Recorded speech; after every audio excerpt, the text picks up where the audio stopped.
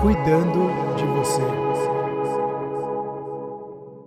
Olá, mais um episódio do canal Cuidando de Você. E antes de mais nada, não deixe de colocar no sininho no YouTube e também seguir nas principais plataformas de podcast. Então, inclusive, você agora consegue ver também, assistir no Spotify também. Então, não só ouvir, agora você pode assistir também, porque o Spotify também tem vídeos. Então, olha que legal, não perca essa oportunidade.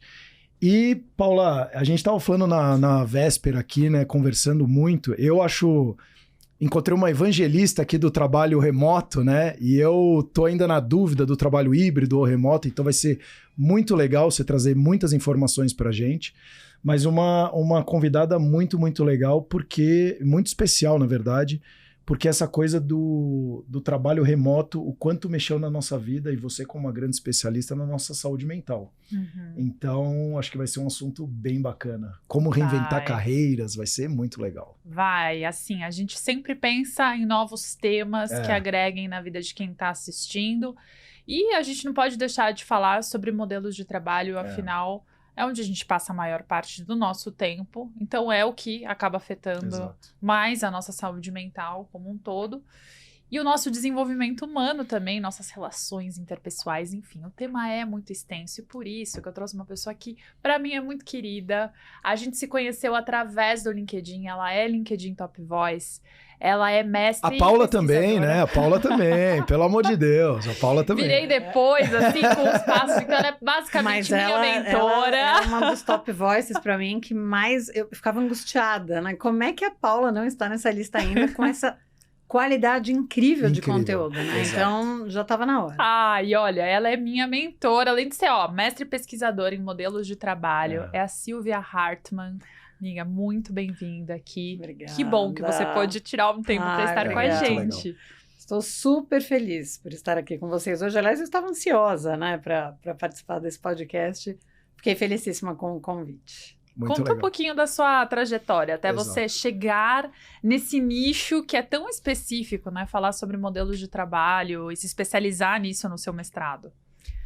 Eu entendi na pele que a gente realmente se destaca em assuntos pelos quais a gente é apaixonado, né? Então, muito antes de eu imaginar, de nós imaginarmos que haveria uma pandemia, muito antes de eu achar que eu ia trabalhar como eu trabalho hoje, eu era executiva de marketing em empresas do segmento casual, esportivo, multinacionais, e fui diretora de marketing muitos anos, e eu achava realmente que aquela era a minha vocação, mas eu tinha incômodos profundos. Um dos meus incômodos principais, e eu não sabia o nome daquilo que eu sentia, eu descobri no mestrado, mas era a falta de flexibilidade. Aquela vida de todos os dias dirigir horas, ir para o escritório, passar o dia trabalhando, voltar para casa e mal ter tempo para comer razoavelmente bem, descansar e dormir, né? Então, eu tinha esse questionamento com esse formato, o formato que o trabalho era conduzido quando a gente pensa do nosso mundo do conhecimento, né? E eu continuei com aquilo. Em 2016, eu fui mandada embora de uma empresa, eu saí num corte, e eu já tinha identificado que a minha paixão por trabalhar com pessoas, talentos, era muito maior do que consumidores, né? Eu já queria sair do marketing e vir para essa área de pessoas. E em 2016, eu comecei a estudar, fiz um monte de curso, fiz um processo de coaching e pensei, bom, eu farei uma transição de carreira, mas eu não estou pronta ainda financeiramente. E voltei para o mercado e continuei no marketing mais 3 anos, até que eu tive uma oportunidade de fazer a transição e pensei, bom, é agora ou nunca. E para chancelar essa minha mudança, eu vou fazer um mestrado.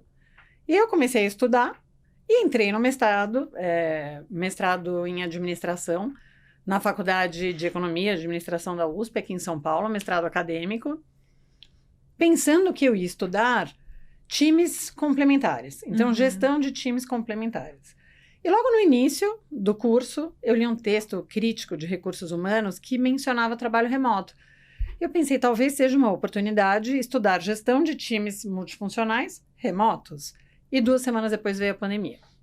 Então, como eu costumo dizer, o que foi uma tragédia global, porque é ainda, a gente está vivendo muitos resquícios e reflexos da pandemia, metodologicamente foi positivo, se é que a gente pode usar essa palavra, porque nos permitiu, a nós pesquisadores, termos acesso a uma amostra muito mais ampla de pessoas trabalhando nas modalidades aí relacionadas ao remoto. Você estava no lugar certo, estudando a coisa certa.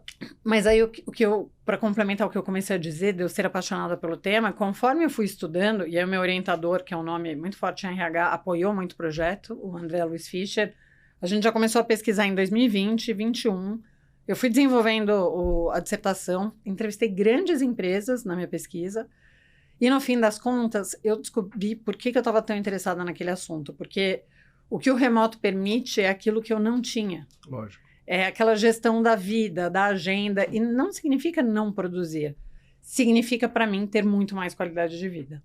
Então, acho que por isso que eu realmente me apaixonei. Eu digo que a minha missão é educar o mercado de trabalho para que atue com o flexível, seja em qual dimensão, de tempo ou de lugar, mantendo a produtividade e trazendo mais qualidade de vida para as pessoas e gerando acesso, porque no fim do dia, a gente, durante a pandemia, milhares de talentos do Brasil inteiro tiveram acesso a empresas do Sudeste, de São Paulo, e que não teriam em circunstâncias normais.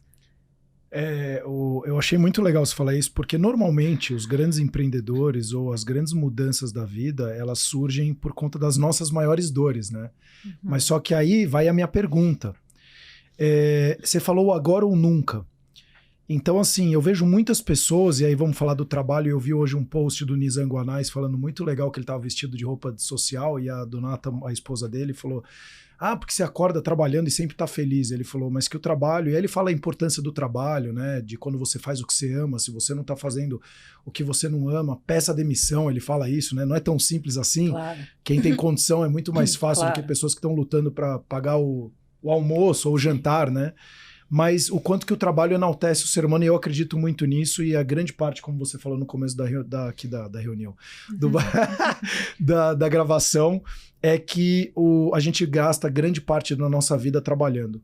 Mas como que surgiu, você falou agora ou nunca, como que você, e até para quem está nos escutando ou nos assistindo, como que você teve a coragem de poder falar é agora ou nunca, porque o agora ou nunca vai passar em vários momentos da nossa vida. Sim.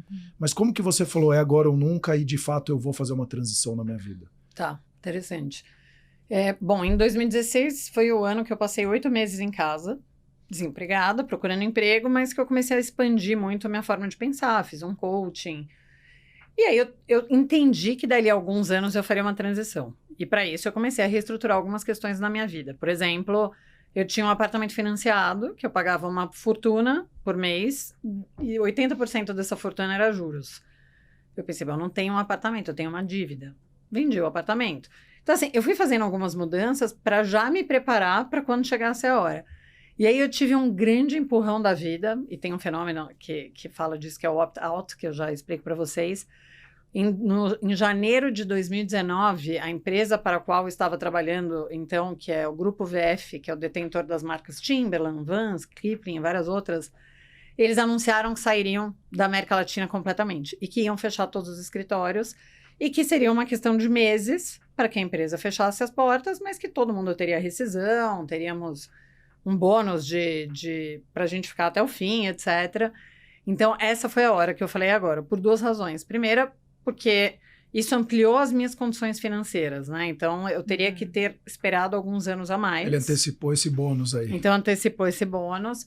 Claro que eu sou uma pessoa privilegiada, então e além de ser uma pessoa privilegiada, eu também não tenho filhos. Então, o meu custo de vida era controlável, dizia muito a meu respeito, da minha conforto do meu marido, então a gente conversou. E com essa saída, não só eu tive esse impulso financeiro, mas eu também passei a ter mais tempo. Então, em 2019, que foi o último ano de operação da Timberland no Brasil, é claro que o volume de trabalho era muito inferior, cancelaram-se todas as viagens. Então, eu pude, de fato, me desenvolver. E aí, na época, eu fiz 2 coisas. Um curso de coaching ontológico, que eu tinha vontade de fazer, mas não tinha tempo. E eu me preparei para o mestrado. Porque é difícil um processo seletivo de uma USP. Todos são, na verdade, né? Você tem que escrever um pré-projeto, você faz uma prova super difícil. Procurar um orientador, né? Demanda eu não procurei, mas eu poderia ter feito isso. Teria sido até... que eu dei muita sorte, mas muita gente faz isso. Procura orientador, faz disciplina especial antes, enfim. sem entrar muito nos detalhes aqui, que não é o foco, mas eu tive essa possibilidade de me preparar. E aí as coisas foram se desenvolvendo, eu fui conhecendo pessoas, então eu consegui já tirar um pouco o pé da empresa sem comprometer os resultados, porque já não havia um fluxo de trabalho tão intenso. Que legal.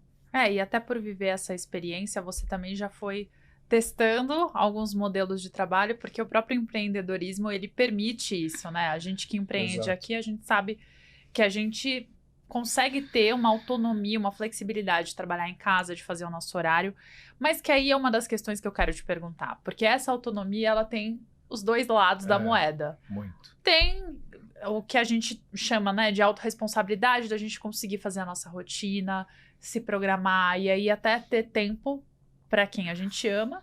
Só que tem o outro lado, que é o lado mais difícil e mais desafiador, que é justamente como somos responsáveis pelo nosso horário, pelo nosso negócio, a gente acaba trabalhando muito, trabalhando por muitas horas, fazendo jornadas de trabalho bastante extensas e até tendo menos tempo para nossa família por conta da instabilidade. Então, nem entrando aqui tanto no mérito do empreendedorismo ou não, o quanto que você vê que essa autonomia e flexibilidade é um problema hoje até cultural, porque a gente fala muito disso, esse ritmo de vida tão intenso aqui, especialmente nessa grande cidade, São Paulo, parece que se você tenta ter uma agenda mais tranquila, os outros te engolem e você acaba entrando nesse vórtex da correria. Então, como você estudou isso mais a fundo, o que você vê, assim, desse ponto de vista cultural? E só complementando, e se é para todo mundo? Porque tem pessoas que são autogerenciáveis ou todo mundo é autogerenciável, né? Tá, dois ótimos pontos. Mas antes eu quero só contar uma curiosidade. Você falou eu testar os modelos de trabalho quando eu fiz a transição. Uhum. Eu aluguei um escritório quando eu fiz a transição. Olha só. Porque em 2019, em agosto, eu nem tinha entrado no mestrado, nem começado a pesquisa. Mas à época eu pensei, as pessoas vão me levar mais a sério e eu vou me levar mais a sério se eu tiver um escritório. Então eu fiz o escritório, decorei tudo lindo Era um escritório, eu usava para atender as pessoas em coaching e aconselhamento de carreira, que era o que eu estava fazendo principal na época. Mas foi em setembro. Em março veio a pandemia, eu fiquei meses sem pisar no escritório, comecei a estudar home office, falei, Silvia, seja coerente, né? E eu já não tinha a menor intenção mais de pegar trânsito para chegar naquele escritório. Então eu entreguei o escritório e usei a mobília para o meu escritório em casa na época, mas vê como tem essa questão da sociedade, o quanto o escritório também não é um símbolo de status e poder, e isso influencia muito nas decisões de volta aos escritórios de hoje. Mas só para não perder o ponto de vocês, que foi muito bom, então acho que são coisas diferentes. A primeira delas, a dinâmica de vida de empreendedores como nós, ela já tem esse nível de exigência muito alto, porque você não tem a chance de derrubar a caneta, como dizem, quando você é empregado, você tem que fazer acontecer. E ainda tem aquele nosso dilema de hoje, eu estou trabalhando muito, mas eu já tenho que prospectar para ter receita daqui a alguns meses. Então, isso eu acho que é um fator muito particular no empreendedorismo e, por outro lado, enquanto empreendedores, nós temos flexibilidade de tempo. Então, a gente precisa também aprender a usar essa flexibilidade de tempo, que é: meu irmão vai chegar da Espanha na quinta-feira, eu não vou trabalhar, vou passar o dia na casa dos meus pais, depois eu vou compensar sábado e domingo. Estou dando um exemplo. Mas mesmo para nós empreendedores, a flexibilidade ela já requer muita responsabilidade. Agora vamos para uma dinâmica organizacional, porque muitos outros elementos interferem. Tem pessoas que naturalmente são autônomas, proativas e têm autogestão, que são organizadas. E tem pessoas que não. Por quê? Porque elas têm outras habilidades, elas têm outras competências. Então, às vezes, uma pessoa muito relacional terá mais dificuldade para se organizar em casa. Dito isso, as empresas também têm a obrigação de desenvolver as pessoas. Tem um texto antiquíssimo de recursos... Antiquíssimo, não, de 2005. É um artigo, né? Na verdade, é um ensaio teórico. E elas falavam sobre a individualização de recursos humanos no teletrabalho. E o que elas diziam é isso: a partir do momento que as pessoas iam atuar em teletrabalho, que as empresas corriam o risco de simplesmente transferir a responsabilidade e o risco também sobre o trabalho para os profissionais e criar aquele mito do profissional perfeito, que é autogerido, que é autônomo, que é isso, que é aquilo. Quando começou a pandemia, então a crítica delas era essa: não, peraí, a empresa tem a sua responsabilidade. Quando começou a pandemia, criou-se um pouco esse mito. Eu lembro que por algum tempo as pessoas falavam: não, agora avaliação por resultados, não tem mais essa coisa relacional, é só por resultados, o que eu sou muito a favor de avaliação por resultados, mas não é só isso, porque existem muitos outros aspectos que são fundamentais para a gente atingir o resultado final, cruzar a linha de chegada. Até porque a meritocracia, se a gente for na essência, ela tem um subjetivo também. Então, Claro. Então não tem como você analisar só o resultado. Não dá, exatamente. E a meritocracia ainda é mais difícil de avaliar quando você tem pessoas de formações diferentes, né? De lugares... Privilégios Contextos diferentes. de exato. lugares de privilégios diferentes. Mas vamos supor que você tivesse ainda um grupo homogêneo nesse sentido, ainda existem muitas coisas realmente subjetivas, né? Que interferem no mérito e no resultado. Então, isso não é possível. Então, o meu ponto nesse sentido é que as empresas têm, sim, a responsabilidade por treinar e desenvolver essas pessoas, tanto em nível de líderes quanto profissionais, em relação à autogestão e produtividade, e que durante esses conteúdos é importante falar também dessas fronteiras entre a vida pessoal e a vida do trabalho, que eu acho que foi o ponto principal, porque sim, é um risco enorme, é um risco tremendo das pessoas misturarem tanto a vida particular com a profissional, que todos os benefícios do trabalho remoto acabam sendo substituídos. Eu estou dizendo o trabalho remoto de forma genérica, tá? Sim. Considerem aí híbrido, home office, nome, tanto faz. Então, assim, você acaba perdendo ou diminuindo os benefícios porque as pessoas se dedicam muito mais ou trabalham longas horas. E isso tem uma influência da questão da autogestão, mas tem influência de um outro fenômeno, que é o que o CEO da Microsoft chamou de paranoia da produtividade. A Microsoft fez uma pesquisa com 20 mil pessoas em 11 países e perguntou se as pessoas eram produtivas em casa. Vejam, percepção de produtividade, não estamos falando de indicador. O número foi algo do tipo 87% dos profissionais disseram sim, somos muito produtivos em casa. 12% dos líderes falaram sim, as pessoas são produtivas em casa. Então, existe um gap tremendo e porque líderes não confiam que seus profissionais são produtivos, isso acaba gerando muito esse volume de trabalho, porque reunião o tempo inteiro, me copia em todos os e-mails, me dá satisfação o dia inteiro, e isso acaba comprometendo o que seria bom do trabalho remoto, né? Sem então, colocar o VPN, estou te mapeando se o seu computador Nossa está ligado na Senhora. empresa 24 horas ou 12. Microgerenciamento. Seu mouse mexendo, é uma loucura. Não, o teclado, né? A moça foi mandada embora porque ficou 170 dias, eu acho, sem mexer. Onde estava o gestor que demorou 170 dias? E aí né? essa é a pergunta. Nossa. Se os gestores possuem pouca confiança nos seus liderados, a responsabilidade não é do gestor, que ele não confia nele próprio e ele está projetando a sua insegurança nos outros. Então, será que não é isso que esteja acontecendo também? Porque talvez ele cresceu num ambiente vindo de década de 80, 90 e anos 2000, onde era muito de uma terceira revolução industrial, muito focado na produção. Exato. E ele é um cara hard skills, onde ele aprendeu muito, acabou entregando a planilha, todos esses resultados, mas ele não tinha o soft skills desenvolvido. E até aquele momento ele foi um cara muito bom. Mas só que ele não é tão bom mais daqui pra frente, que mudou o mundo. Sim. Então, será que ele não tem uma insegurança grande e ele acaba jogando a responsabilidade também nos seus liderados? Aqui é uma reflexão para você, gestor, até, né? Porque muito fácil você sempre jogar a culpa no outro, e hoje a gente está exatamente pelo remoto colocando muito mais a culpa nos outros do que nos responsabilizando pelas nossas ações, né? A responsabilidade é dos dois grupos sempre, Exato. né? Líderes e liderados. Mas nesse caso, com certeza, é uma insegurança inconsciente e é uma segurança que está pautada no fato de que os nossos líderes e as nossas líderes não foram treinados para liderar. É o que você está dizendo. Foram treinados para entregar resultado. Ah, essa pessoa é muito boa, então essa pessoa vai crescer, ou então está muito tempo na casa, vai crescer, vai ter uma promoção, ou é uma pessoa de confiança. Mas ninguém pegou essa pessoa e explicou, olha, liderar e gerir pessoas, né, são coisas diferentes, mas liderar e gerir pessoas é isso aqui. E no escritório, os chefes ruins ou os gestores, eu não vou chamar de ruins, mas inexperientes, vamos dizer assim, independente da idade, passam.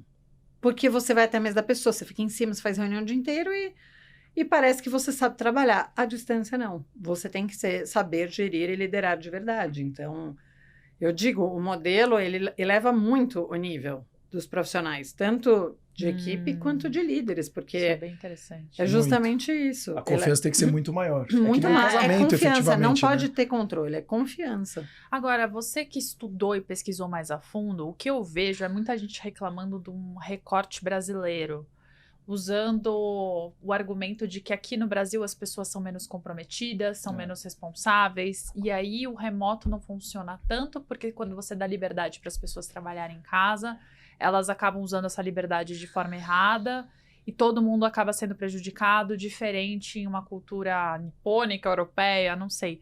O que as pesquisas mostram disso efetivamente? Existe esse recorte cultural, essa comparação? Eu li não foi nem algo científico, um post muito interessante esses dias que falava, uma americana, ela dizia, olha, o trabalho flexível funciona muito bem aqui nos Estados Unidos porque nós somos mais individualistas, a gente é menos relacional, para nós é muito mais fácil estar nas nossas casas trabalhando sozinhos. Isso é uma pontinha do iceberg. O que eu acrescentaria a tudo isso? Primeiro que é horrível dizer que brasileiro é preguiçoso, né? Eu sei que não é uma fala sua, né? Uma fala horrorosa das pessoas. De brasileiros até. Mas aí é a síndrome do exato que a gente já tem, né? Eu esqueci agora a palavra. Esqueci, mas você sempre se olha como o cocô do bandido ali, exatamente. né? Então, exato. Do impostor, seria? Não, é uma palavra mais coloquial. Isso, síndrome do vira-lata, exatamente. Síndrome do vira-lata. Então, você tem a síndrome do vira-lata. Tudo do Brasil é ruim, não é à toa que tudo do gringo é melhor. Então, a veia do gringo é melhor. Exato. Então, nós não somos preguiçosos, mas tem duas questões muito importantes. Nós não somos produtivos também. Esses dias eu li uma matéria muito interessante na Forbes, bem detalhada, Forbes Brasil, que mostrava que o brasileiro, ele produz, um quinto dos americanos, que precisaria de 5 brasileiros para produzir o que o americano produz, e a jornalista, de forma brilhante, se aprofundou muito para entender esse fenômeno, e ela trouxe que era por 2 razões. Primeiro, realmente a nossa tecnologia ainda é muito menos desenvolvida, então as coisas são muito manuais e tomam muito mais tempo, e eu trabalhei em empresa há 20 anos, de fato, é tudo muito manual.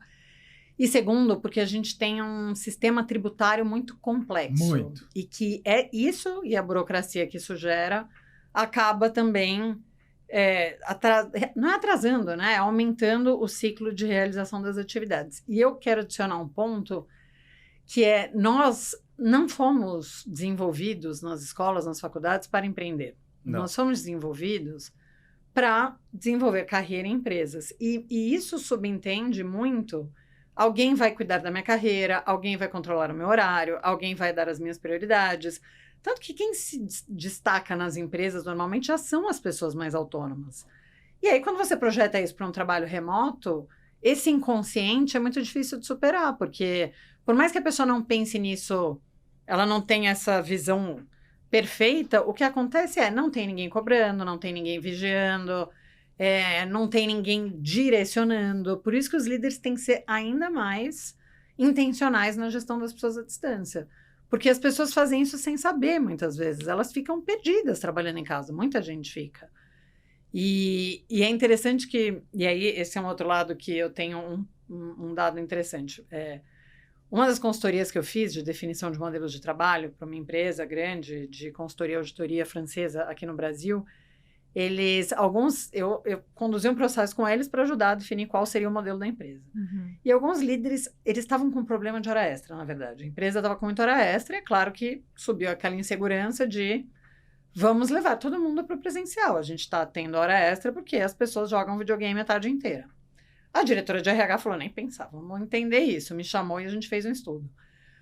O que nós descobrimos? Primeiro, que as horas extras não tinham nada a ver com videogame. As pessoas que eram os que se destacavam, os outliers nas horas extras, eram supervisores. Por quê? Porque as pessoas acessavam muitos supervisores ao longo do dia para tirar dúvidas e pedir ajuda, e que esses e essas supervisoras ficavam tão sobrecarregados que só conseguiam produzir à noite. E que era isso que estava gerando a hora extra. E conforme a gente foi entrevistando os líderes e os profissionais, a gente viu que existia essa angústia nos líderes de ser, falando feio, de ser passado para trás. Tinha esse medo de ser passado para trás. E a gente fez projeto, fez as pesquisas, eu facilito a decisão, mas a empresa que define, então eles decidiram que o modelo seria realmente híbrido, essencialmente virtual, e começaram um projeto para implementar. Aí a gente fez um treinamento. Todos eles sugeriram e concordaram, os líderes e as líderes, que iam implementar daily meetings todo dia para ganhar produtividade. Os números são absurdos de quanto baixaram as horas extras, de quanto está diferente a interação entre profissionais e líderes. Então, eu acho que eu estou até falando demais, mas só para mostrar que a culpa é do remoto. Não. O remoto, ele te ajuda a ver... E aí, você fazendo essa análise para o remoto, você identifica essas outras questões que mais estão adormecidas e que vão fazer o seu trabalho funcionar em qualquer lugar, inclusive no remoto. Isso faz a gente pensar muito sobre produtividade, porque justamente até pela Revolução Industrial, a gente aprendeu a vincular a nossa produtividade com horas de trabalho. Exato. Claro que a gente precisa de tempo para fazer as coisas, mas não necessariamente quanto mais horas eu trabalho, mais produtivo eu sou.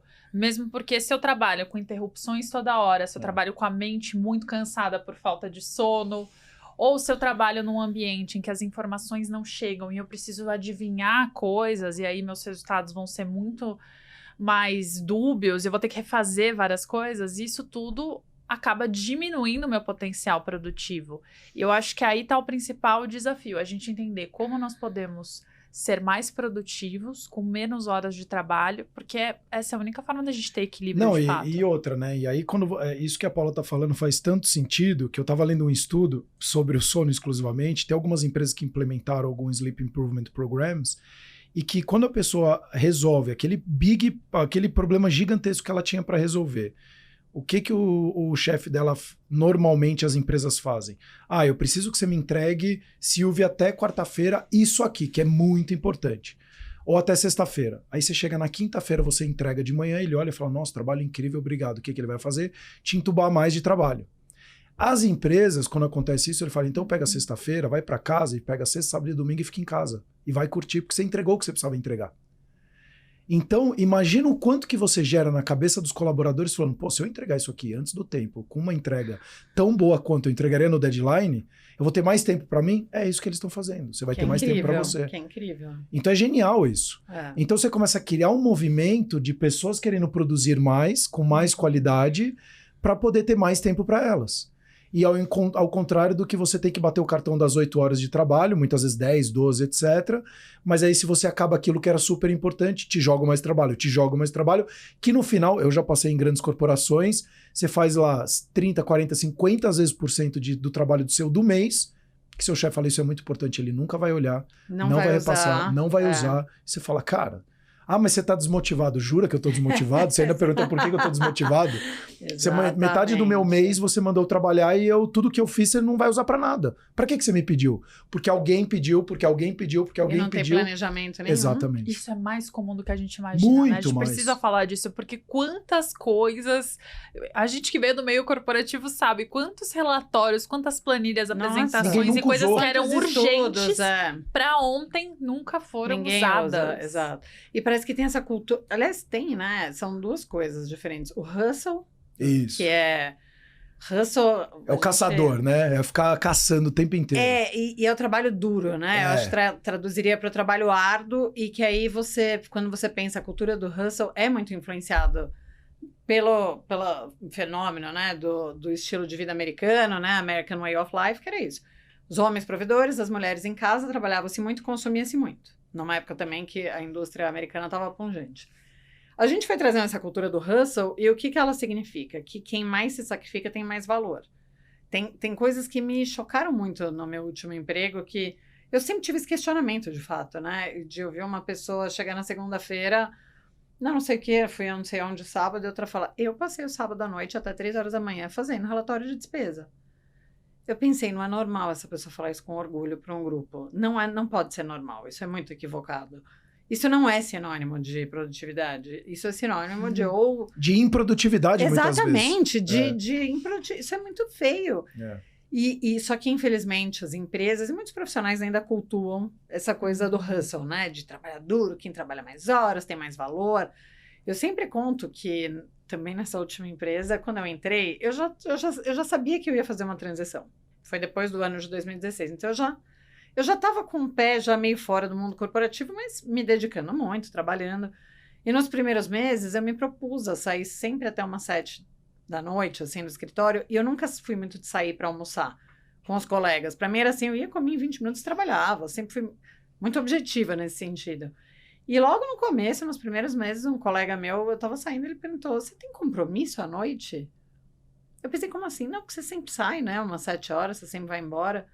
Eu falei, eu tenho família, eu tenho namorado, eu faço esporte, eu tô fazendo espanhol, até pela empresa, porque minha posição era Latam. Mas assim, eu tive que dar satisfação, justificar por que eu saía umas 7 horas. E isso, ele não é nada mais, nada menos do que um reflexo do nosso mercado de trabalho. Infelizmente, é muito assim. E, para além disso, com todo o avanço tecnológico que nós vimos, que a gente já vê há muito tempo, há décadas, mas que, claro, foi muito impulsionado pela pandemia, esse hustle se intensificou muito com essa cultura do sempre ligado, né? Cultura always on. Então, eu tenho que estar disponível aqui no meu celular, eu não posso colocar no noturno, no silencioso, porque se a minha chefe ou meu chefe me ligar e eu em casa não atender, vão achar que eu estou jogando videogame, né? Para usar o mesmo exemplo. E o problema disso é que as coisas a gente perdeu totalmente o bom senso em termos de quando e como acessar os colegas, as equipes e os líderes. Então, as pessoas se inscrevem por WhatsApp à noite, de madrugada, final de semana, o tempo inteiro, e fala assim, não, mas eu escrevi, a pessoa não precisa responder agora. Como se isso fosse possível, né? Você recebe uma mensagem por WhatsApp do seu gestor ou da sua gestora, ou de alguém importante na empresa, você não quer ignorar a pessoa. Aí, além do WhatsApp, implementou-se Teams, Zoom, Slack, outras ferramentas tantas, né, de comunicação, e as pessoas não conseguem mais trabalhar. As pessoas passam o tempo todo respondendo, participando de reuniões. Calma que a Silvia me deu um tiro no peito agora. Eu vou ter que fazer uma pergunta. Nossa, favor. Eu fiquei até incomodado agora. Eu sou esse tipo de gestor. Então, vamos lá. Eu adoro que ele é muito vulnerável, você vai ver, ele abre o coração. Eu abro. Eu não tenho problema com isso. Então, assim, eu como gestor, mas eu criei um alinhamento, mas aí eu quero que você me ajude aqui. Que é assim, pessoal, eu peço desculpas, eu sou ligado nos 300, eu talvez vou te mandar uma mensagem 8, 9 da noite, não responda, fique à vontade, pode me responder no dia seguinte, mas são coisas que vieram na minha cabeça, eu acabei enviando porque era para Paula, acabei enviando para ela, ou é para você, acabei enviando para Silvia. Eu tento fazer isso, esse alinhamento, mas aí é uma pergunta, isso mesmo tendo esse alinhamento, por mais que eu fale, e eu tenho a posição de ser dono da empresa, etc., eu acabo gerando uma ansiedade maior na pessoa, ou não, ou se tá alinhado, tá tudo bem, porque teve pessoas, por exemplo, a Fernanda do marketing, que ela falou, Sérgio, para minha saúde mental, deu 6 horas da tarde na sexta-feira, só vou te responder na segunda-feira. Eu falei, beleza. E tá tudo bem. Para mim, algumas vezes não tá, vou abrir o coração. Porque você fica, né, adoraria que tivesse uma troca, né? Até talvez por a gente ser empreendedor e ter uma carência aí de, o mercado é muito duro, o Brasil é muito complexo. Mas o que você acha sobre isso? Tá. Primeiro, eu acho que é muito legítimo, tá? Assim, eu entendo o seu papel. Eu passo por isso com fornecedores também. E eu tenho me segurado muito, assim, porque a gente tem ideia o tempo todo. Isso. E não dá para ficar escrevendo para as pessoas. Por quê? Aí eu vou explicar. Primeiro, porque existe uma relação de poder entre chefia e liderados, que está implícita, mesmo que isso não seja falado, e mesmo que você seja o cara mais legal do planeta. Incrível. Exato. Existe uma relação de poder, porque o emprego, o sustento, né, muita coisa na vida dessa pessoa depende de uma decisão sua. Então, a grande maioria das pessoas não vai conseguir não responder, e se não responder, vai ficar com muita ansiedade. Então, é uma ilusão que eu acho que a gente cria. Então eu tenho que me controlar mais. Ou escrever no caderninho meu. Não, eu vou te dar sugestões, assim. E outro problema disso é que quando for urgente e de fato você precisar de uma resposta no final de semana, talvez você também não consiga, porque a pessoa escreve tanto no final de semana e à noite. Então, a minha recomendação, e é aí que eu acho que entra, eu tenho estudado muito recentemente esse equilíbrio entre trabalho síncrono e assíncrono. O que é isso? Trabalho síncrono é isso aqui. Nós estamos gravando esse podcast sincronamente. Tá todo mundo junto aqui.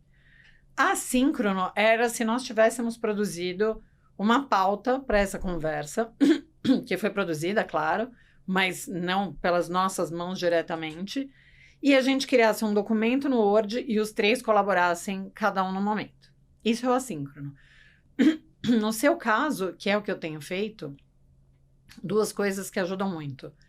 A primeira é definir algumas ferramentas de colaboração e protocolos claros. Para usos, né? Uhum. Então, por exemplo, se for urgente, eu vou ligar.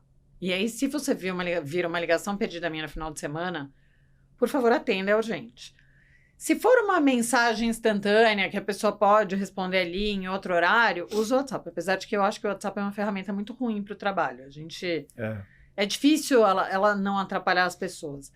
E adotar ferramentas de trabalho assíncrono. Aí você tem muitas, né? E cada um se identifica com uma. Eu uso muito o Trello e agora eu estou aprendendo a usar a Asana, porque tem uma pessoa me apoiando no administrativo financeiro, ela trabalha bem com a Asana. A gente subiu o Trello agora. Hoje de manhã subimos o Trello também de novo. Então, são todas ótimas. O que é importante é não transformar a ferramenta num WhatsApp. Então, você vai ter lá temas e você vai falar, olha, ideias que eu quero compartilhar com as pessoas e eu não quero perder. Sim. E você anota ali na ferramenta. Ou num documento seu. Eu tenho um grupo comigo mesmo no WhatsApp, todas as mensagens que eu lembro ao longo do final de semana ou à noite que eu tenho que mandar para as pessoas, eu mando para mim mesma. E aí de manhã eu solto. Porque, primeiro que sim, você dá muito mais tranquilidade para essas pessoas e ajuda essas pessoas a descansarem, Sim. de fato. Exato. E segundo, porque também é mais produtivo. É mais produtivo, você começa a definir bem quando é urgente, o que é urgente. As pessoas vão dar mais valor quando você procurá-las e procurá-los no final de semana.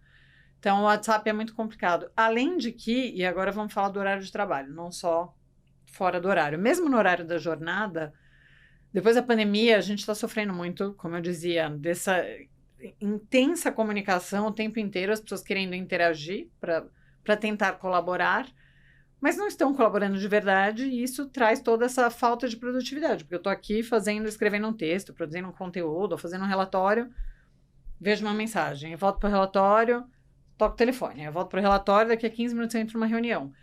Os especialistas em neurociência chamam isso de mudança de contexto. Então, cada vez que você muda o que você está fazendo, é a mudança de contexto.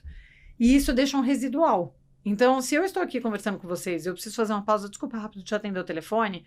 Quando eu voltar aqui para a conversa, vem esse residual. Eu vou demorar para voltar a me concentrar e me entregar a nossa conversa. Quando são coisas rápidas, dizem que são 69 segundos que a gente leva para recuperar.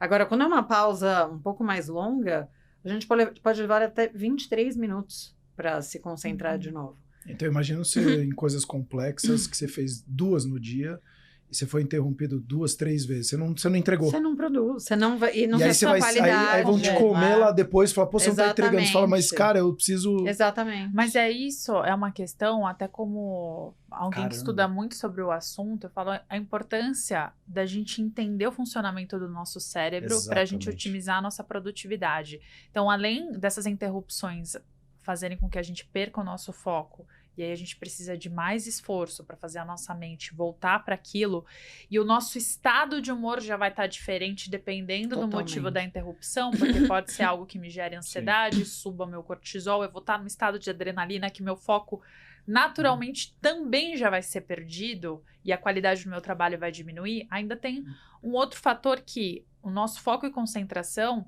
eles não são ilimitados. Não. E esse é o grande problema de vincular produtividade com horas de trabalho. A gente não consegue trabalhar focado por muito mais de 1 hora. Claro que isso depende muito da pessoa. Sim. Mas não dá, cerebralmente, nosso cérebro não foi feito ali para os nossos ancestrais, eles não precisavam ficar focados mais de 1 hora numa atividade que exigia muito esforço mental. Então, nosso cérebro não conseguiu evoluir a tempo. Sim.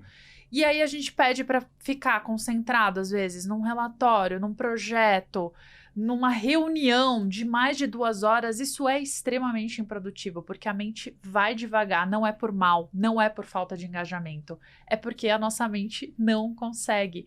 E como conhecer esses princípios da neurociência ajudam também as empresas a tomarem decisões mais assertivas desses modelos de trabalho, de otimizar a reunião, de fazer pausas, que parece uma frescura, parece que fazer intervalos de trabalho é um luxo, é uma ilusão, quando é extremamente necessário. E basta a gente testar, né? A gente estava falando aqui no backstage do método Pomodoro, Sim. várias outras ferramentas que existem, que comprovam que esses intervalos fazem com que a mente fique mais produtiva, né? Matriz Eisenhower, né? De prioridade, importância e urgência.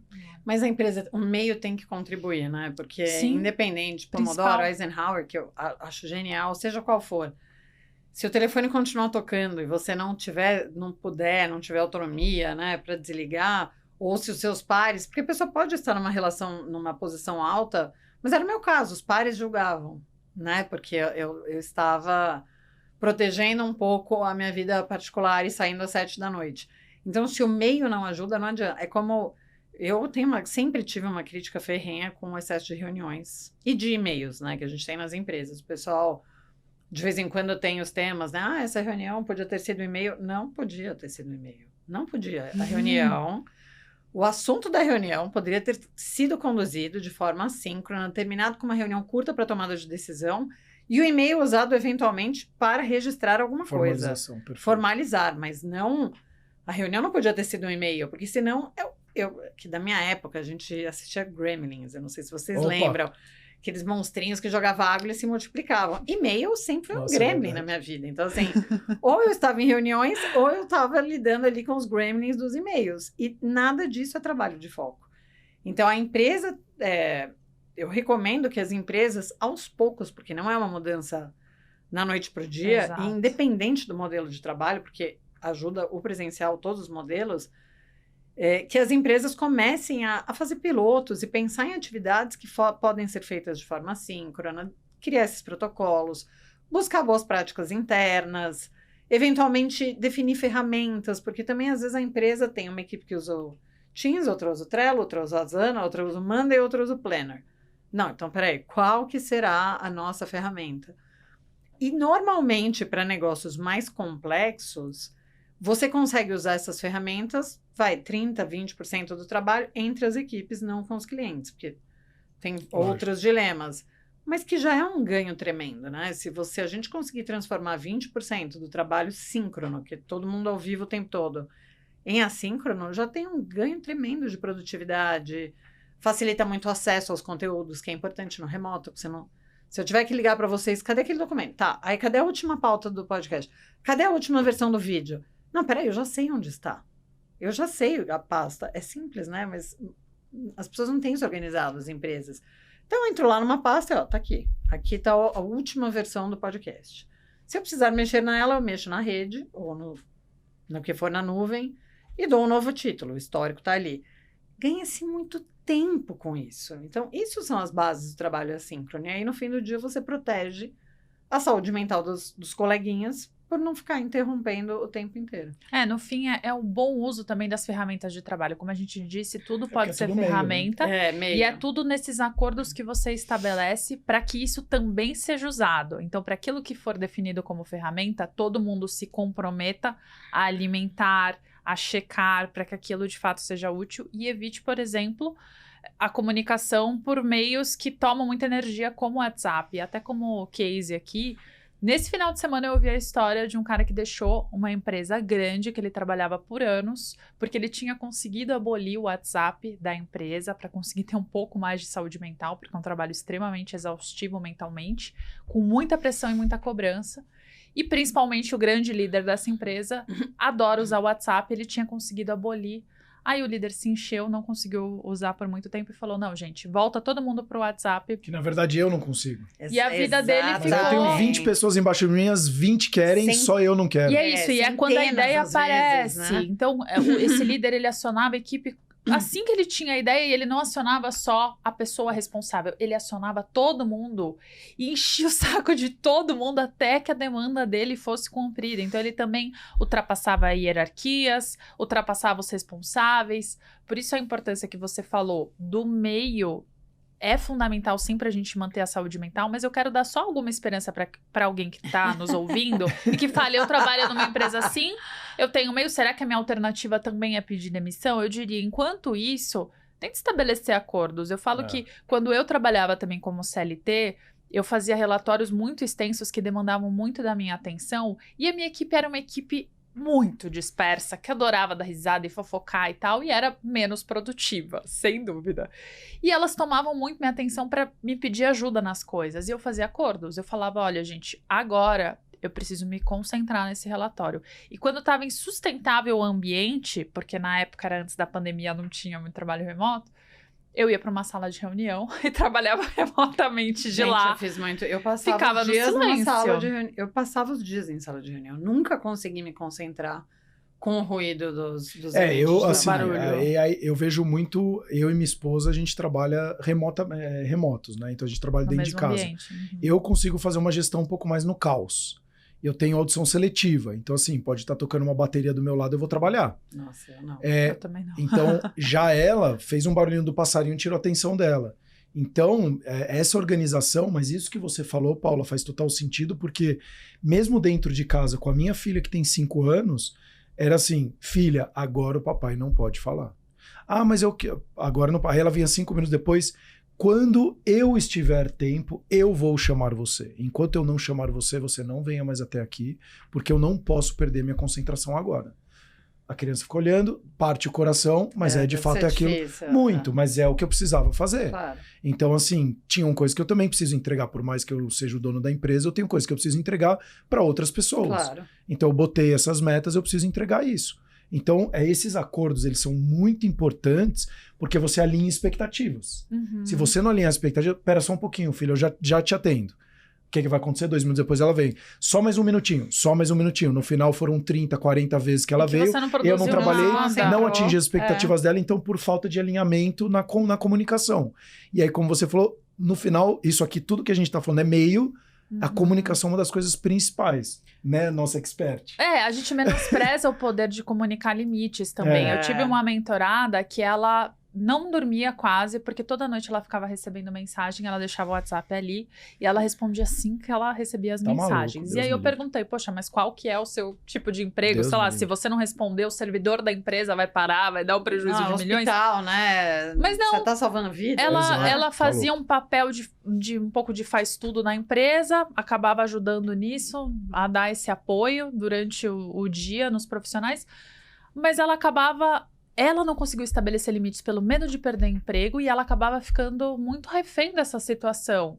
E as pessoas se acostumaram. Não, se eu mandar mensagem pra fulana, tal horário, 3 da manhã, ela vai responder. Porque a fulana é solícita. Ela e gosta de ajudar, as pessoas interpretam. E não é o herói. No fim, essa pessoa, ela acaba recebendo um papel de soldado. Ela acha que ela tá fazendo um papel bom, mas dificilmente ela vai ter um cargo de liderança ali. Exato, totalmente. Porque ela tá fazendo o papel de soldado, de resolver urgência, comprometendo a saúde mental, ficando mais estressada.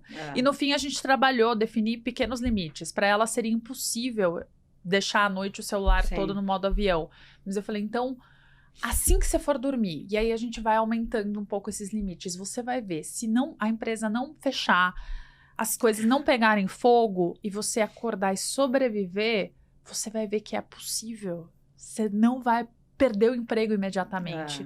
Então, você vai testando essas coisas e a gente perde essa capacidade, né, de impor limites de uma forma saudável. A gente falou muito de ferramentas, a gente falou de modelos, você como uma grande entusiasta ou evangelista, né, no assunto, mas quais são também os malefícios que o trabalho remoto ele traz, principalmente para a questão da saúde mental?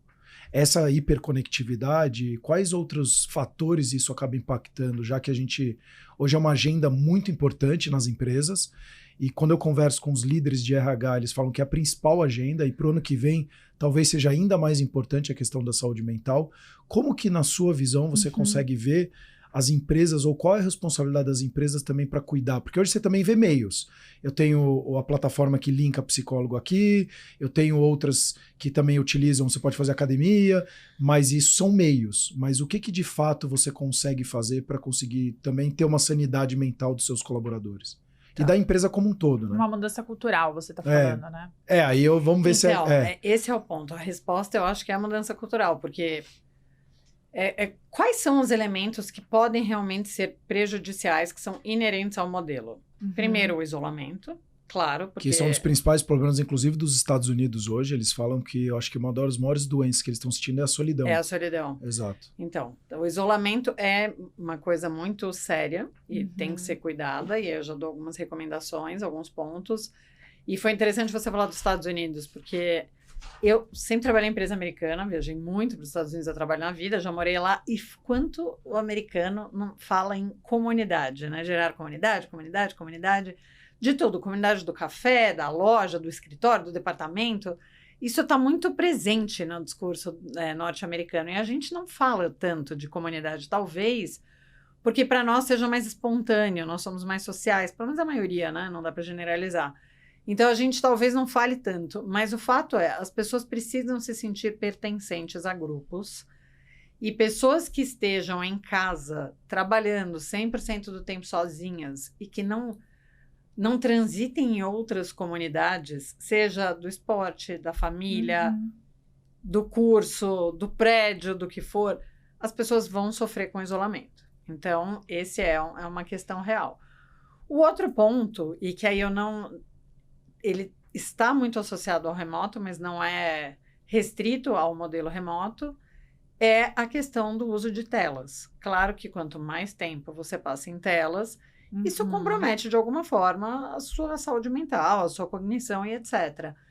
Mas, infelizmente, as pessoas hoje, e cada geração que vem um pouco mais, mas a gente pode se incluir nisso, a gente já passa o dia inteiro em telas, independente de onde a gente estiver. Mais de 9 horas e meia por dia, segundo o último relatório aqui no Brasil. Meu Só Deus. um dado aí, Tá 9 vendo? horas e meia. E o brasileiro fica pensa. muito em rede social, né? Eu acho que nós somos os 4 maiores horas. consumidores no mundo. Segundo maior, Segundo maior. Uhum. Então, Meu assim, Deus. esse é um fenômeno que ele está muito mais associado à tecnologia e ao remoto. Então, é aquilo, a tecnologia ela vem para resolver problemas, historicamente foi assim, a tecnologia ela é desenvolvida para resolver problemas. Mas, primeiro, a gente não dá o melhor uso da tecnologia nesse sentido. Então, eu tenho até um conhecido que ele escreveu um livro que é sobre tenha o controle das suas telas. Porque é isso, como é que a gente controla as nossas telas de forma a elas trabalharem para nós e não ao contrário. E também tem uma outra questão, a tecnologia ela está se desenvolvendo numa velocidade que o nosso cérebro não acompanha. Exato. É muito aquilo que você estava dizendo, né, dos nossos ancestrais. Quando você fala de um trabalho remoto que depende, isso é condição sine qua non para o trabalho remoto acontecer. Ele acontece por meio de ferramentas da informação e da comunicação. Então, é claro que você tem essa sobrecarga maior do tempo de exposição a telas.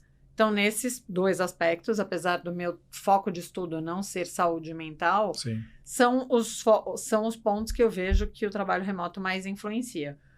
Mas, por outro lado, a gente não pode minimizar o impacto que relações tóxicas têm na saúde mental, a gente não pode minimizar o impacto que essa cobrança excessiva tem na saúde mental, a gente não pode minimizar o impacto que muitas vezes a falta de organização e planejamento nas empresas tem na saúde mental.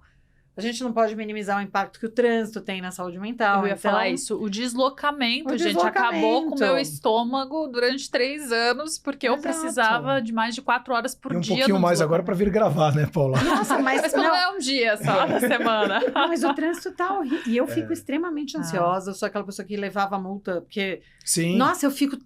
O trânsito me angustia tanto, eu acho que isso acabava com a minha saúde mental. Eu ando de scooter há 15 anos, porque eu me transformo se eu entro No dentro do carro. Pois me transformo. eu fico... Me dá gastrite. Não, ou eu mudo de cidade, porque Não a dá. coisa que mais me tira do sério é falta de educação. E o que mais você tem é gente fechando o cruzamento, etc. Quando você vai só falar, o cara abaixa o vidro, te xinga, não sei o que, a hora que você vê, você já tá brigando com a pessoa. Então Pois eu falo, cara, ou eu mudo de cidade, ou eu me adapto a essa realidade. Exato. Então eu falei, eu preciso me adaptar, então eu vou andar a pé, e que nem vida de europeu. Então, assim, eu ando a pé, pé, scooter, metrô, a pé, bicicleta. é isso que eu faço. Acabou, ponto. Porque senão... Pois é. Não, o trânsito é terrível. Então, assim, é muito reducionista das empresas. Ah, não, o problema de saúde mental é o remoto, vamos trazer todo mundo para o escritório. Peraí, todo o resto, né? Tem muitos outros elementos. Que é essa questão da cultura always on, das pessoas terem que ficar disponíveis o tempo inteiro. Que é essa questão do excesso de reuniões, falta de tempo para produzir o trabalho, isso gera muita angústia nas pessoas e impotência. Tudo isso interfere na saúde mental. Então, temos o aspecto do isolamento e temos o aspecto das telas. As telas aconteceriam de qualquer forma, e o isolamento tem essa questão da criação de comunidades, que eu acho que as empresas têm sim que olhar pelos seus colaboradores. Então, não só pelas pessoas que são muito isoladas, mas pelas pessoas que estão em outras regiões, porque agora todo mundo fala de trabalho híbrido, como se fosse a coisa mais fácil do mundo. Não é. E você tem um trabalho híbrido e falar, olha, todo mundo tem que vir para o escritório 2 vezes por semana, mas você contratou 20% da equipe em outros estados durante a pandemia, você gera uma baita exclusão na sua empresa. Você cria 2 culturas diferentes, porque, não, vamos para o escritório 2 vezes para manter cultura. Não, peraí, desculpa, você vai ter 3 culturas, né? A do híbrido, a do presencial e a de quem está em outros estados. Uau. Então, o que eu recomendo é assim, e isso eu acho que vários especialistas trazem, né? A gente defende muito que a empresa tem que aprender a trabalhar e desenvolver uma cultura voltada para o remote first, e aí ela está apta a implementar bem o modelo híbrido. E a questão do isolamento das pessoas entra aí, porque se eu tenho pessoas na minha equipe que eu sei que são isoladas ou que estão em outros estados sozinhas, contrata um coworking, deixa a pessoa ir para o coworking, mas explique o porquê, né? Tem que ter regras, tem uma política, mas a empresa também tem essa responsabilidade de conseguir construir essa comunidade sem ter que obrigar todo mundo a ir para o escritório. Isso é muito interessante, porque a gente sabe o poder que um happy hour tem nas construções de comunidade, sociáveis, né? Os papos de corredor e tal. São seres sociáveis, é fundamental para a saúde mental. Exato, mas eu não tinha pensado o quanto que isso acaba excluindo quem deixa também de ir. Nunca tinha pensado. Porque até o meu namorado, ele trabalha nesse modelo híbrido, e ele vai uma vez por semana no escritório. Todos os dias que ele trabalha no remoto, ele tem qualidade de vida, mas o dia que ele vai para o escritório em si, ele volta e fala, nossa, peguei um monte de informação que só ali nas reuniões online eu não pegaria. Por conta desses papos de corredor, office, que as pessoas acabam falando e compartilhando coisas sem o medo do virtual pegar, sem alguém estar observando e tal, e com mais tempo. E quem não está indo? Então é uma coisa... perigoso. Eu não tinha parado para pensar nisso, né? Quanto que... Não, e assim, você troca e você fala, pô, no que nem se falou do café, teve uma ideia, vamos ver agora como que tá isso aqui? E aí, essa é até uma pergunta das telas, né? Hoje eu vejo, aí eu não sei se é uma questão geracional, mas hoje, pelo que as reuniões que eu faço, a galera mais jovem, e aí eu sou a última etapa do milênio, né? Eu sou de 82. Eu sou de 80. Então eu sou mais ainda. Então assim, eu vejo que o pessoal mais novo, eles nem abrem a tela mais. Então, isso é uma coisa que como as empresas têm que obrigar, e tem empresas que obrigam a abrir a tela. Você acha que isso é correto? Porque de fato, a câmera, você quer dizer? Desculpa, a câmera, porque de fato você cria uma humanização na conversa, né? Então, teve uma que a gente fez até recentemente, que a pessoa falou, pô, só tô eu e o Sérgio aqui e 20 pessoas, a gente não tá vendo ninguém. E só estamos ouvindo vozes. E no final parece que a gente tá falando com uma secretária eletrônica. E de fato isso, abrir também a câmera, te aproxima, te humaniza a conversa ou não? Isso também não tem muita interferência? Não, com certeza. Eu sou uma grande defensora de abrir a tela.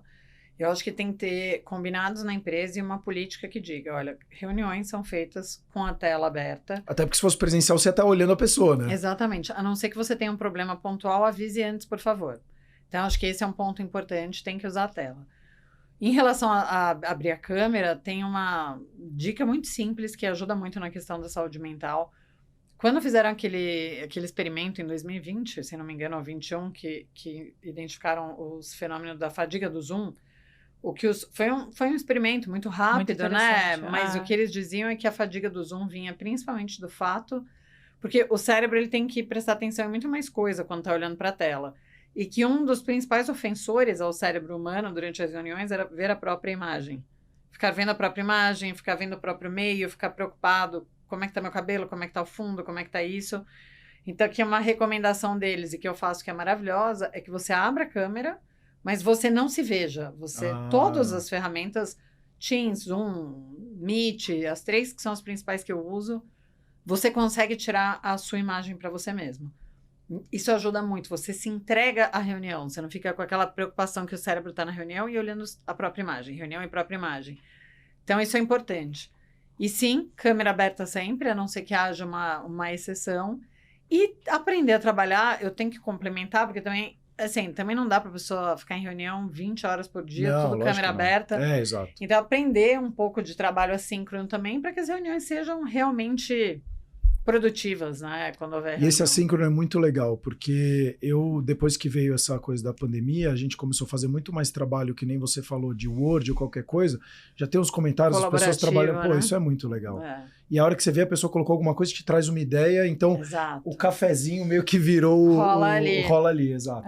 E o café fica para as interações pessoais. Exato. Sim, entendeu? exato. E Sil, o que você pode dar de recomendações para quem está nos ouvindo sobre como encontrar não, eu gosto da palavra construir um modelo de trabalho que a pessoa possa ter uma produtividade saudável. Acho que esse é o ponto. Assim, algumas soluções, além de contratar o seu serviço, claro, mas algumas soluções para dar um vislumbre do que você faz até. Quais são as principais áreas? A gente trouxe alguns pontos aqui, mas em termos práticos, assim, qual é o checklist que a gente precisa levar em consideração? Tem a metodologia dela, né? O farol de carreira, tudo. Você tem uma metodologia. Na verdade, o farol é a metodologia que eu sou conselheira de carreira, que é o meu trabalho de aconselhamento, que eu adoro, eu faço também, mas que não está conectado ao trabalho remoto. Hoje eu tenho uma metodologia minha de definição de modelos de trabalho. Mas aí a sua pergunta foi para empresas ou para pessoas? Ou as duas coisas? Só para direcionar o discurso. É complexo, né? Para pessoas. Acho que o maior público que está ouvindo aqui já, acho que fica mais fácil. Então, eu fiz uma pergunta retórica. Então, eu vou fazer assim. Mas depois eu vou querer saber das empresas para soltar no LinkedIn. Aí vou botar vocês na fogueira, viu? Não vem, eu vou falar para pessoas, mas eu também terei que falar para as empresas, porque elas que definem o meio, né? Então, para pessoas, na verdade, assim, é o que eu falo sempre nos treinamentos, nas palestras sobre autogestão. E tudo passa pela mentalidade, né? Isso é interessante. Primeira coisa, home office não é pandemia. E eu ainda vejo uma confusão. As pessoas ainda confundem muito aquela mistura que existiu durante a pandemia. Por quê? Porque ninguém podia sair de casa, estávamos em distanciamento, as crianças não podiam ir para a escola. Para quem tem o privilégio de ter ajudantes, não tinha ajudante. Então, tudo ficou tão bagunçado, os restaurantes fechados, né, delivery, tudo era perigoso, então as pessoas, tudo se misturou, então a gente teve realmente, eu já não era mais CLT, mas a gente tinha flexibilidade para tudo, então eu vou para as 11, que eu vou fazer o almoço das crianças, vou arrumar a casa, vou ajudar minha esposa, vou fazer uma pausa, voltava ali 2 da tarde, todo mundo entendia, mas depois trabalhava até muito mais tarde. Aí aproveitava de manhã, fazia uma atividade física, andava com o cachorro no meio do dia. Isso foi home office pandêmico. E as pessoas ainda confundem muito, para bem e para o mal, home office com pandemia. Por quê? Porque a flexibilidade, ela tem 2 dimensões, de lugar e de tempo. Então, a empresa pode te dar 100% de flexibilidade de lugar. Você pode trabalhar de onde você quiser, vou falar qualquer coisa, desde que seja dentro do Brasil, por causa de questões legais, etc., mas o seu horário, a sua jornada, é a jornada tradicional. Você trabalha, sei lá, das 9 às 18 com uma hora de almoço.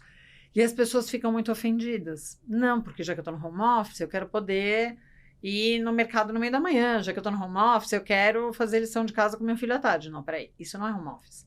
Isso é horário flexível. Porque pode ser que uma empresa te obrigue a ir para o escritório, mas você possa ir a hora que você quiser. Você pode virar à noite. Então, são dimensões distintas. Você tem 4 combinações, né? Então, eu posso ser uma empresa muito tradicional, que é totalmente presencial, e horário fixo. Ou você tem home office, mas não é horário fixo. Então, você vai criando essas combinações. E as pessoas confundem. E eu sempre tento corrigir.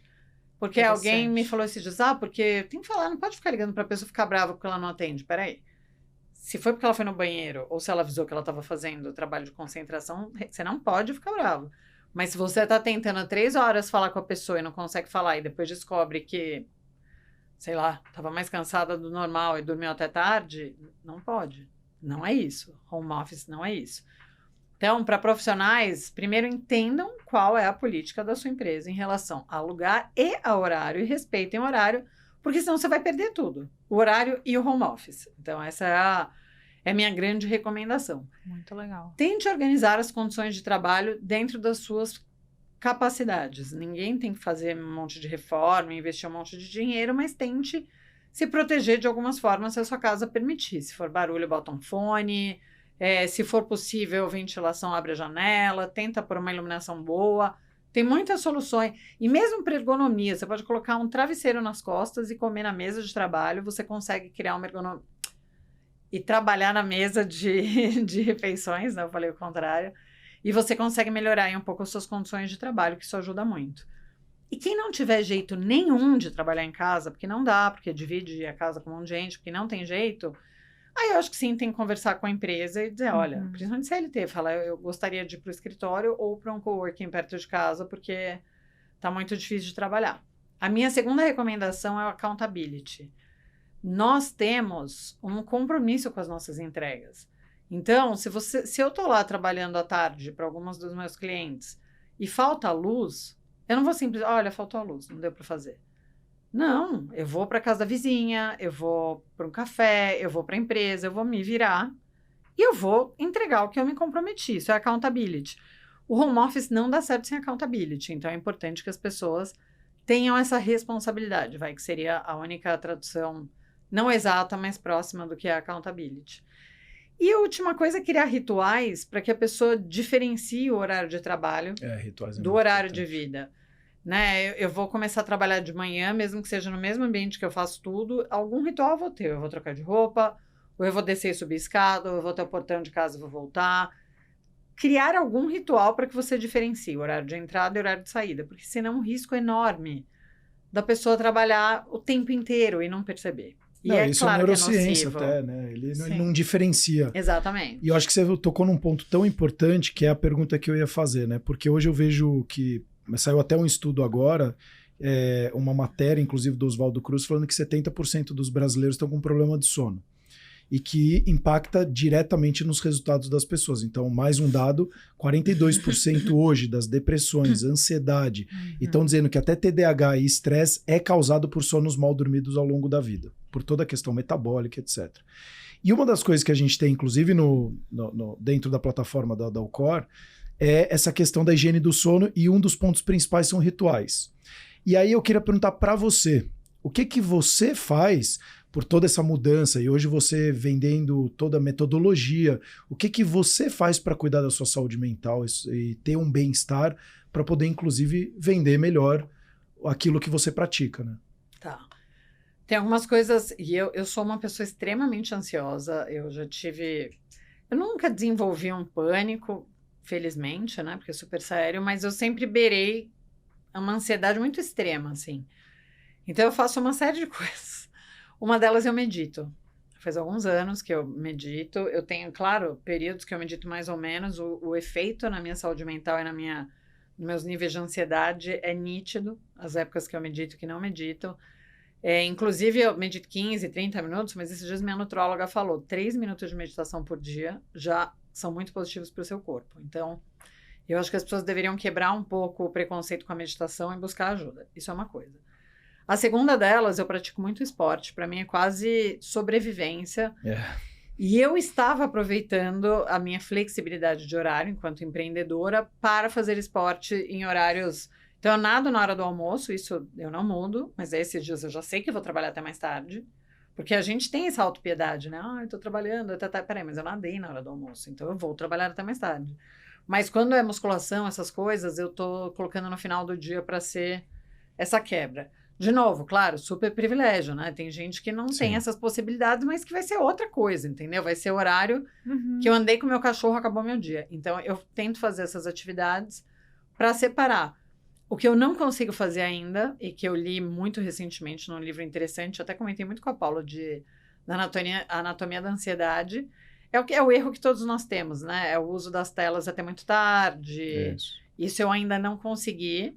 O que eu tento é à noite, mas nem sempre eu consigo, não ver televisão, não olhar para a tela. E aí, desculpa, e olha você aqui que está ouvindo e que está assistindo, olha que legal, aqui a gente está trazendo relatos de uma pessoa que faz a mentoria, consultoria, vende um método, tudo, mas é que é como tanto ser humano quanto nós, claro. E como você aqui, que também tem os seus momentos.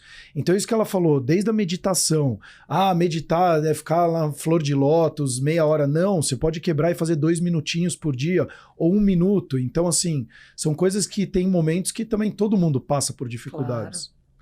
Exato, e para mim é uma luta. imagina, foi super bom você ter colocado, porque para mim é um desafio, e que eu melhoro e depois pioro, eu melhoro e depois... Também porque a vida, ela acontece e né? exige... A gente tem que ter essa flexibilidade, a gente tem que se permitir ser flexível, e eu acho que isso entra em toda a nossa conversa. Modelos muito rígidos, eles acabam nesse mundo quebrando. Que tá todo mundo muito em constante... rigidez quebra. Exato, quebra. Exatamente. Você precisa ter essa agilidade, né? A flexibilidade, ela serve para isso também, né? Eu sei que tem semanas que serão mais exigentes. Exato. E tem outras que aí eu... É como alimentação, né? Coisa do comer doce. Se essa semana eu estou bem, essa semana eu vou fazer tudo bonitinho. Talvez semana que vem eu fique super estressada. Aí vou pro doce. Aí vai acontecer e eu vou deixar o caos acontecer. Mas nas que eu tenho mais controle, eu fico mais calma. E é bom porque essa falta de perfeccionismo é o que nos permite continuar persistindo e mantendo a consistência em hábitos que a gente sabe que são importantes, como meditação. Então, essa semana não tô com cabeça para fazer meditação. Exatamente. Putz, não vai rolar. Mas eu não vou desistir total da meditação e falar, isso não é para mim, eu não sou capaz. Exato, perfeito. Porque eu tenho essa consciência, esse amor próprio de falar, putz, essa semana tava difícil, mas tá tudo bem, semana que vem eu dou um jeito. Essa falta de... O perfeccionismo, ele é rígido. Muito. E muita gente entende que o perfeccionismo é algo essencial para fazer as coisas com excelência, mas fazer algo direito ou bem feito não quer dizer fazer algo perfeito. Né? Eu, semana passada, não meditei nada. Foi uma semana muito exigente. Do sábado para cá, eu já meditei todos os dias. Então, e é justamente isso que você colocou, é muito legal, né? A gente desiste de uma vez. E não é isso. Agora não deu. Depois vai dar. Continua. Com todo mundo, né? E se eu puder responder agora a minha recomendação para as empresas, que eu acho muito importante também, porque afinal... As pessoas dependem das empresas para conseguirem implementar também as suas iniciativas. A primeira recomendação, e por mais dolorosa que seja, é que dirigentes entendam que o mundo não voltará a ser como antes da pandemia. Uhum. Ah, mas porque era assim, sempre foi assim. Porque a pandemia mexeu no inconsciente das pessoas, por várias razões.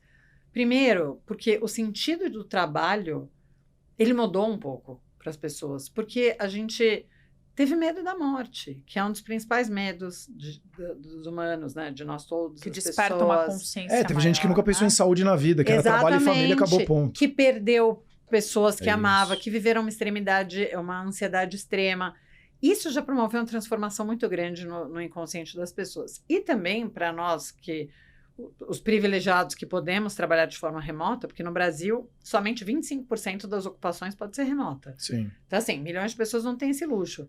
Mas para a gente que pode, a gente entendeu que dá para produzir e trabalhar sem precisar deslocar 2 horas por dia, sem gastar uma fortuna com comida, com gasolina, com um monte de coisa.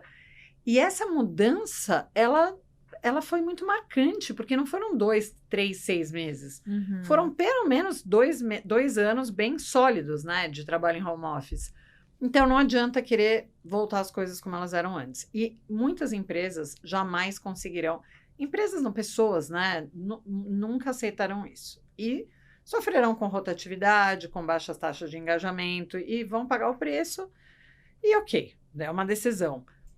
Para as demais, para as pessoas que tiverem essa abertura e dirigentes de recursos humanos, CEOs, e entenderem que a gente está vivendo uma nova era de trabalho por várias razões, porque a tecnologia mudou, porque a colaboração mudou e porque a cabeça das pessoas mudou, tem que fazer um estudo muito detalhado e aprofundado para entender qual é o melhor modelo de trabalho para a empresa. Essa história de ficar olhando os exemplos de mercado é um erro tremendo, porque cada empresa tem suas particularidades. As empresas grandes talvez possam se dar o luxo de obrigar as pessoas a voltarem, porque tem outras vantagens de atração de talentos. As empresas menores talvez não paguem tão bem, mas promovam a flexibilidade e deixam as pessoas super engajadas.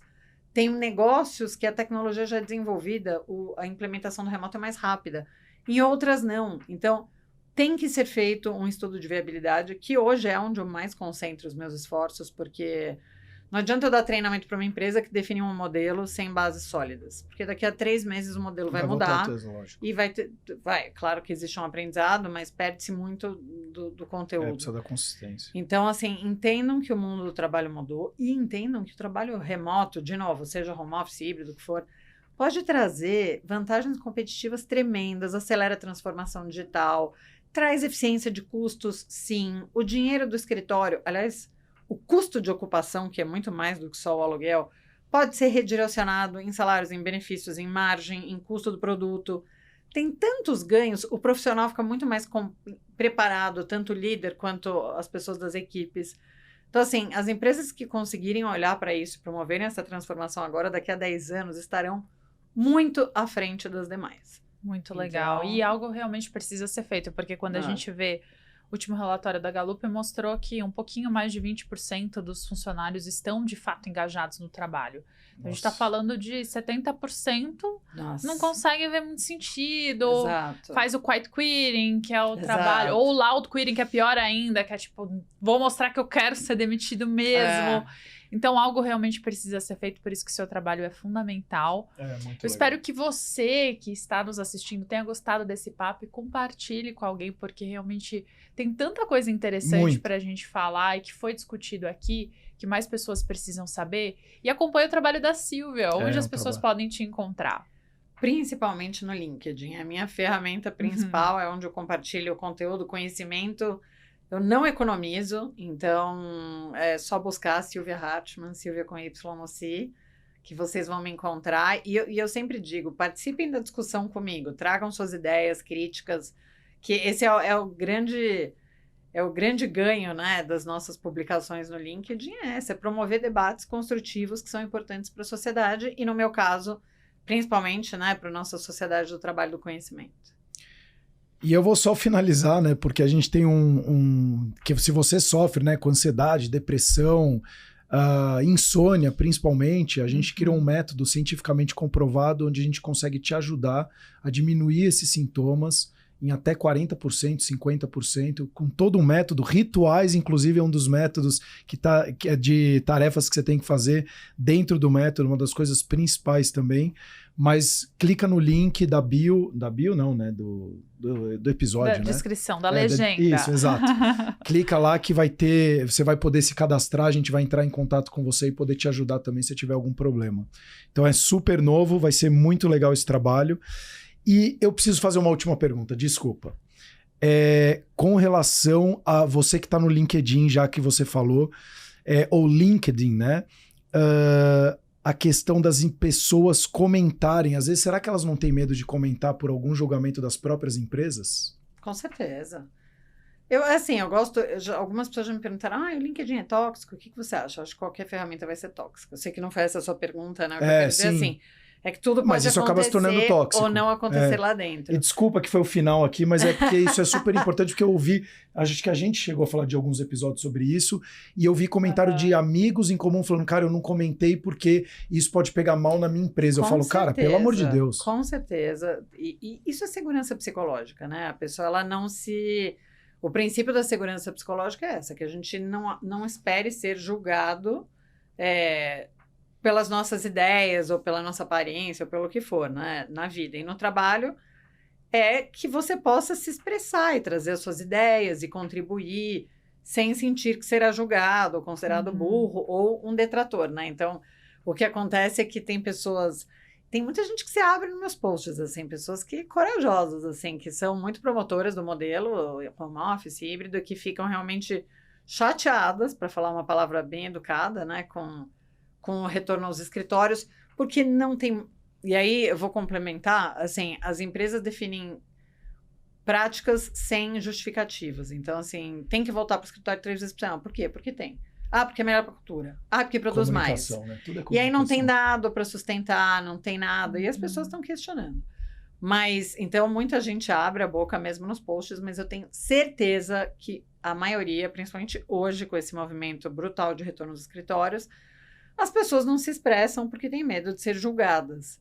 E o que é uma pena, e é curioso quanta gente me fala de todos os meus ciclos de convivência. Não, aquele seu post sobre tal coisa foi fantástico. Não, aquele seu vídeo, nossa, usei muito... Eu fico pensando assim, por que não comentou, né? Podia dar uma forcinha no engajamento. Não, mas pior do que isso, eu me pergunto como a empresa contratou uma pessoa para ficar vigiando comentários do LinkedIn para falar, ela não é a favor do híbrido e a gente quer que volte. Vamos arrumar um pretexto aqui para mandar ela embora? Não, mas eu acho que isso pode acontecer. É uma loucura, mas pode acontecer. Mas não é que a pessoa fica vigiando, né? Que no LinkedIn passa no seu feed, né? Existe alguma coisa que quando você comenta... mesmo, comenta num post da Silvia, mesmo que eu e não seja aparece amiga a Silvia dela, comentou. aparece pra minha Às rede. vezes é sem querer, pode Entendi. ter gente que faça de propósito, mas muitas vezes é sem querer, né? A pessoa não sabe, e aí você acaba sendo exposto pra sua rede em comum. Então, existe esse fator da segurança psicológica, é o fundamental. Cuidado, você está assim. sendo vigiado, inclusive no LinkedIn. Muito cuidado. Vocês estão sendo vigiados pelos seus celulares. Isso é tá, verdade. turma? Pelo microfone e pelo Vitão aqui também. Inteligência artificial tá aí pra isso, não tem jeito. Vitão, tô de olho em você, hein? Não, mas muito obrigado. Muito obrigada pelo papo. Eu que agradeço, foi ótimo. E até uma próxima. E até o próximo, cuidando de você. Até o próximo.